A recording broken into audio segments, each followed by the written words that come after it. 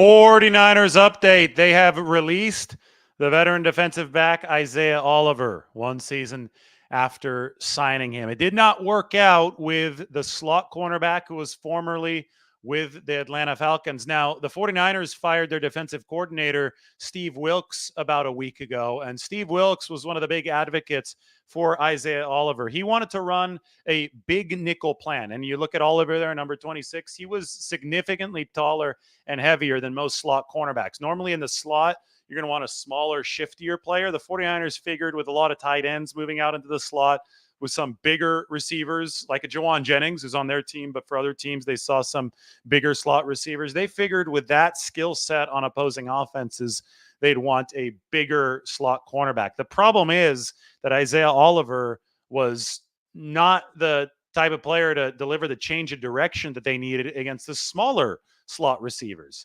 And it quickly became exposed on the field, and they benched him early in the season. And because of that, there was a domino effect. Diamaro Lenore, who was shiftier, had to come from outside and play in the slot in nickel situations.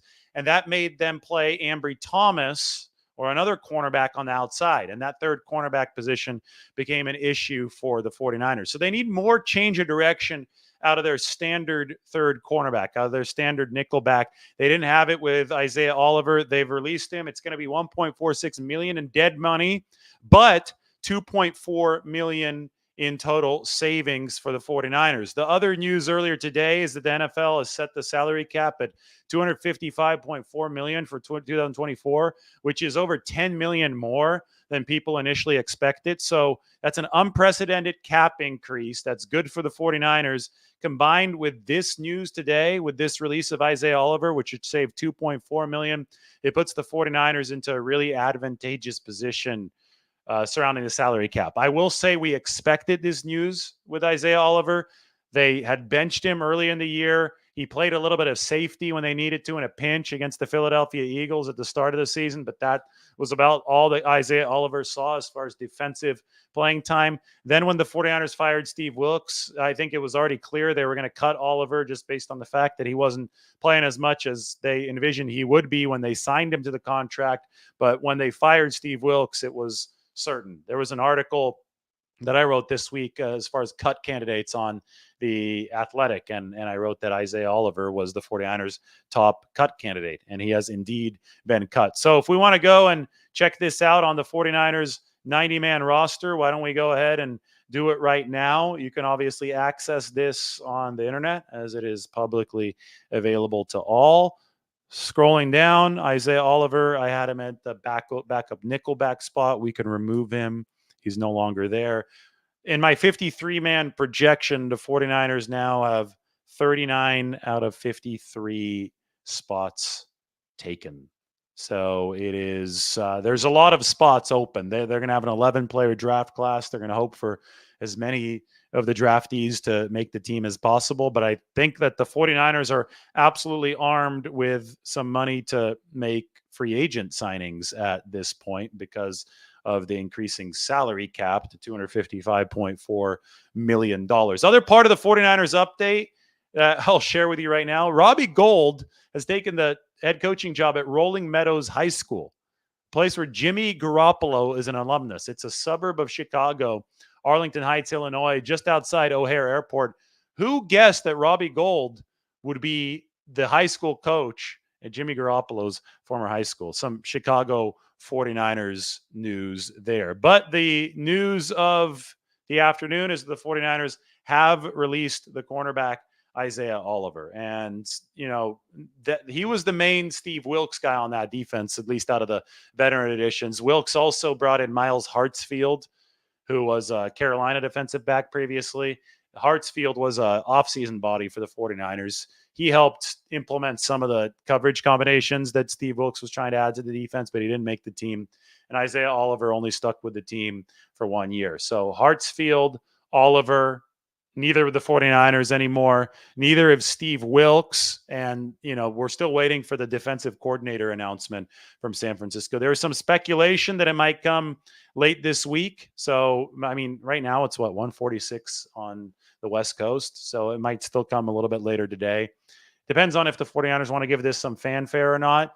And it also depends on if the hiring process is done. It's been the most secretive defensive coordinator search that I've ever encountered. We haven't even heard news of who's interviewed for this. It's led to speculation being rampant.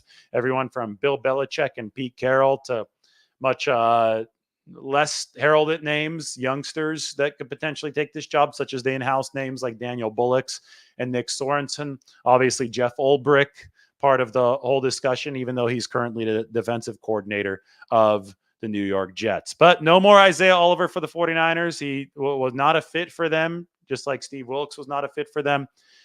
Will we see teams continue to try to experiment with the big nickel position? Maybe, but I think at the end of the day, if you're going to have a bigger defensive back, it has to be an absolutely special player.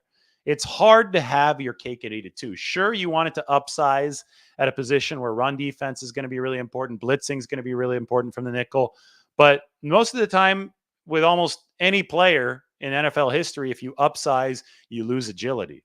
So it has to be somebody that is a complete freak of nature, somebody who's completely special that doesn't lose the that amount of agility, who is still able to deliver at the nickelback position. So at the end of the day, that's the conundrum that the 49ers hit with Isaiah Oliver. The Steve Wilkes big nickel plan just didn't work for the football team. I'll answer a couple of questions on this, and then we're going to move on to a little bit more of a surprise show after this. So why don't we open up a 49ers Q and A to wrap up this update.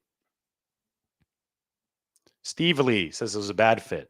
Yes, it's about as simple as it is. 49ers save some money. They move on. Sean asks, is Brian Burns realistically possible? Everybody's realistically possible. Depends on if the 49ers just want to push everything into the middle of the table or a lot more into the middle of the table. Burns is going to be expensive. They can free up to $98 million through restructures. They've got some more room now because of the $255 million news from the NFL today. They want to make their stated goal is to make this as sustainable as possible, though. So at this point, I'm not 100% sure that they would want to push that much in, because they not only want to win the Super Bowl in 25 or 24, they want to win it in 25, 26. You know how it goes. They actually host the Super Bowl in 2 years at Levi Stadium. That being said, the Rams went all in 2021, and it paid off for them. I don't think they regret doing that, especially when they went out and traded for Von Miller. So we'll see if the 49ers would be able to get somebody like Brian Burns, who's currently with the Carolina Panthers, but without a new contract. All right, good stuff. Isaiah Oliver, cut by the 49ers. We have gone through what was expected, what saves the 49ers a little bit of money, and hopefully I was able to explain why. We'll talk to you soon.